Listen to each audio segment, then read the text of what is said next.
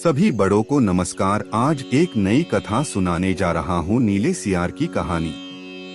जो साथी मेरे चैनल पर पहली बार आए हैं, कृपा करके मेरे वीडियो को लाइक और शेयर करें। आप सभी से विनती है कि आप ये कहानी अपने बच्चों को जरूर सुनवाएं ताकि वे अपने जीवन में विकास करें।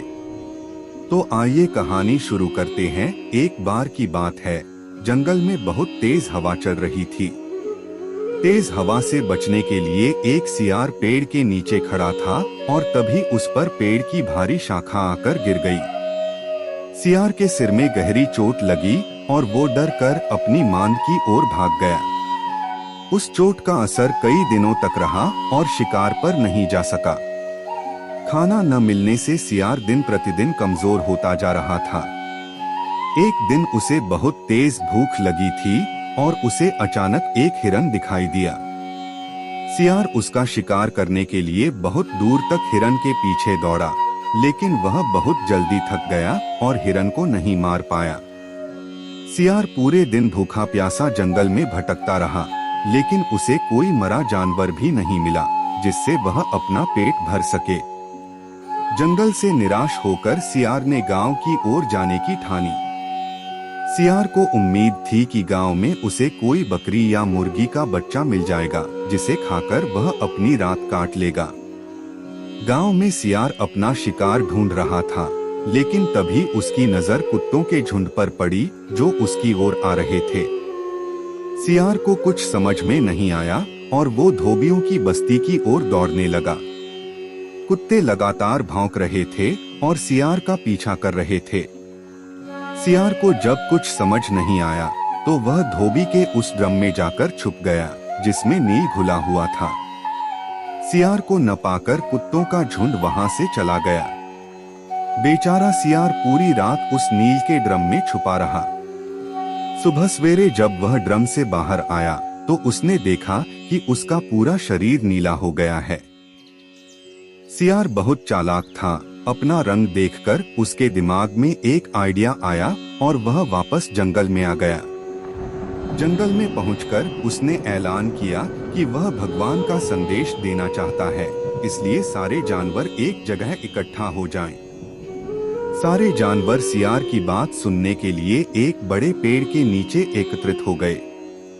सियार ने जानवरों की सभा में कहा, क्या किसी ने कभी नीले रंग का कोई जानवर देखा है? मुझे ये अनोखा रंग भगवान ने दिया है और कहा है कि तुम जंगल पर राज करो। भगवान ने मुझसे कहा है कि जंगल के जानवरों का मार्गदर्शन करने की जिम्मेदारी तुम्हारी है। सभी जानवर सियार की बात मान गए। उम्मीद है आपको कहानी पसंद आ रही होगी। कृपा करके मेरी वीडियो को लाइक शेयर कर दे और मेरे चैनल को सब्सक्राइब कर दे।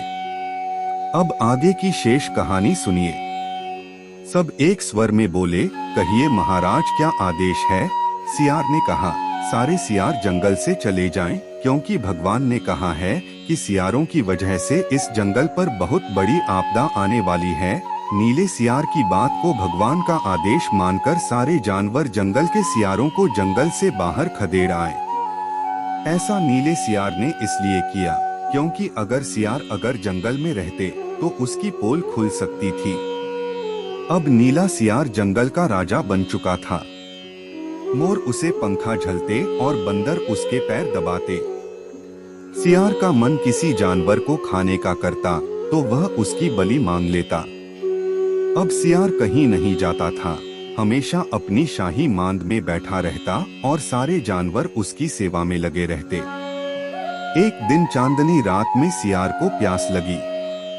वह मांद से बाहर आया तो उसे सियारों की आवाज सुनाई दी जो दूर कहीं बोल रहे थे। रात को सियार हूहू की आवाज करते हैं क्योंकि ये उनकी आदत होती है। नीला सियार भी अपने आप को रोक न सका।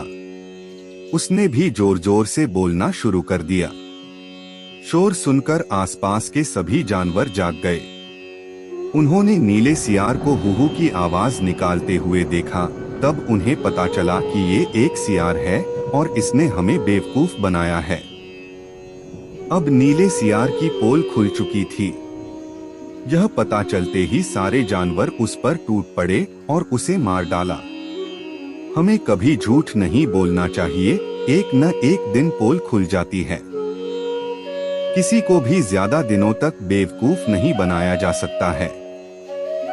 पूरी कहानी ध्यान से सुनने के लिए धन्यवाद। अंत में यही कहूँगा, ईश्वर आप सभी को सुखी रखे और अपना ख्याल रखे।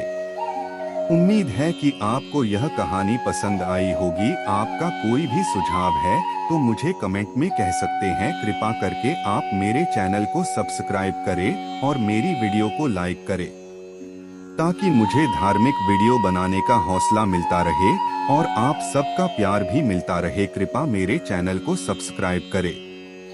अब मैं मिलता हूँ आपको अगली वीडियो में।